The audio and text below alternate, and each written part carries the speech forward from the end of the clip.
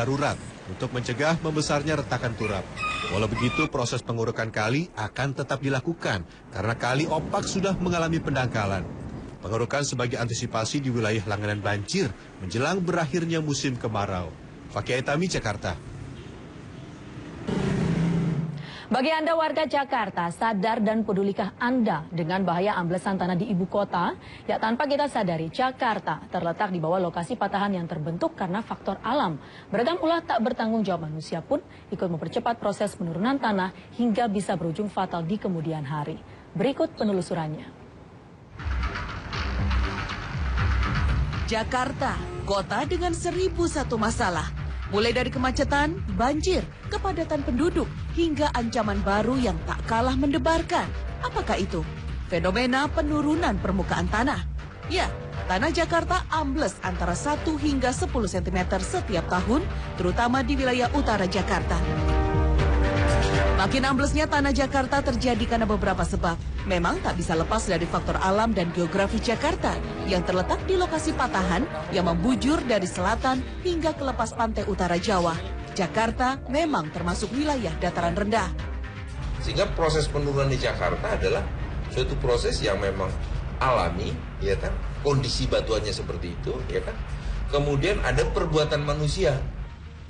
Ya, kondisi ini pun semakin parah ketika penduduk Jakarta mengabaikan entitas geologis dengan kian gencar melakukan pembangunan konstruksi berat dan maraknya pengambilan air tanah. Karakteristik lapisan tanah lempung yang tidak sepadan jenis tanah lainnya membuat lapisan tanah mudah menipis dan berubah mampat. Anda mau bukti? Jembatan Kamal Muara Jakarta Utara ini misalnya.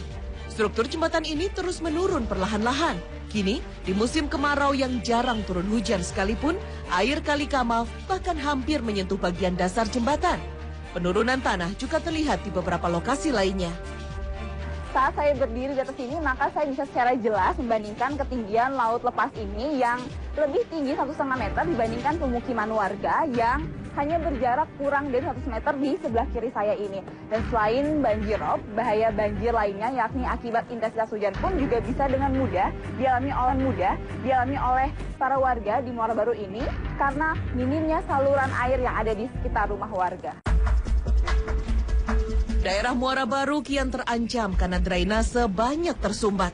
Ditambah lagi beberapa proyek pelebaran dan peninggian jalan raya kian membuat beban geologis di kawasan ini.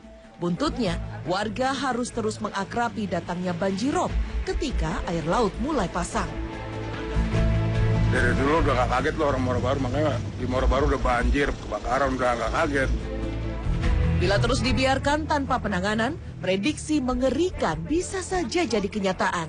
Tahun 2050 nanti diperkirakan bibir pantai utara Jakarta telah sampai ke tengah kota. Kalau penurunan ini berlangsung dengan kecepatan tinggi, tentunya akan menjadi masalah bagi infrastruktur, ya kan? Terutama kalau penurunannya ini tidak homogen. Secara ekonomi akan sangat mengganggu, kan? Sangat merugikan. Maka, tindakan tegas harus diambil pemerintah.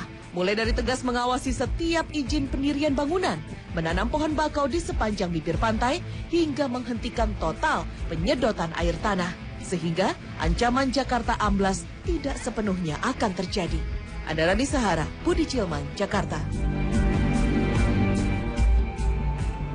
Nenek 65 tahun kerja banting tulang menjadi tukang pijat demi keluarga. Sesaat lagi, tetaplah di redaksi siang. Yang namanya patah hati sakit itu pasti rasanya sakit. Iya, jadi begitu. Bodi kilap kok bannya kusam? Cuci saja tidak cukup. Pakai Kit Black Magic. Ban kilap wet look tahan lama. Bodi dan ban sama kilapnya. Ini baru kok. Kit Black Magic. Ban hitam kilap seperti baru. Lala, hadiah 5 Lexus, 2 Mercy, serta hadiah liburan ke Eropa.